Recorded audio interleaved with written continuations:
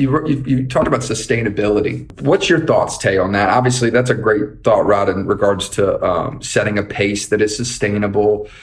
Why is it that, and it's such a cliche topic, but I always find it fascinating to have a conversation. Why is it that, this year comes around, people come in hot, and 2 months later, all of a sudden, it's not a thing, I think for me, over the years, I'm a big believer that every single person has their strengths and their weaknesses, which we all know, but we all have different tendencies. We all have different habits.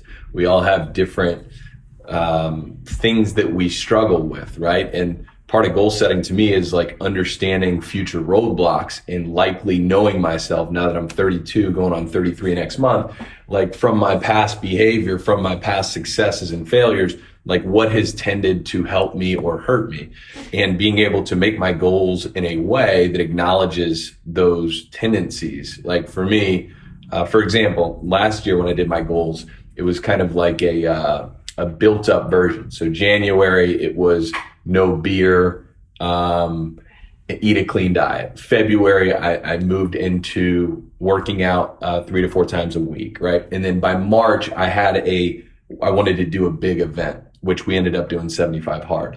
So what was cool about that for me is that like I can get very, very good when I'm progressing in a way that is I can feel it, I can see it, it makes sense to me.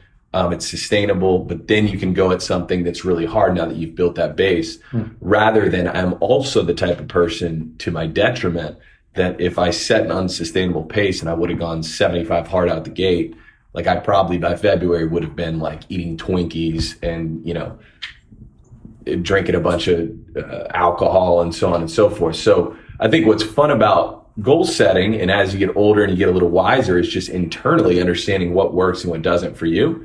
And I think that that's a miss by some people, is it's almost like we want to distance ourselves from maybe our bad habits or our bad tendencies and think, hey, this year is going to be the year that doesn't exist, or that's not, whatever it may be, rather than saying, hey, look, that's part of, my DNA. That's a part of my behavior. That's something I'm going to acknowledge and embrace, and then build a plan around that.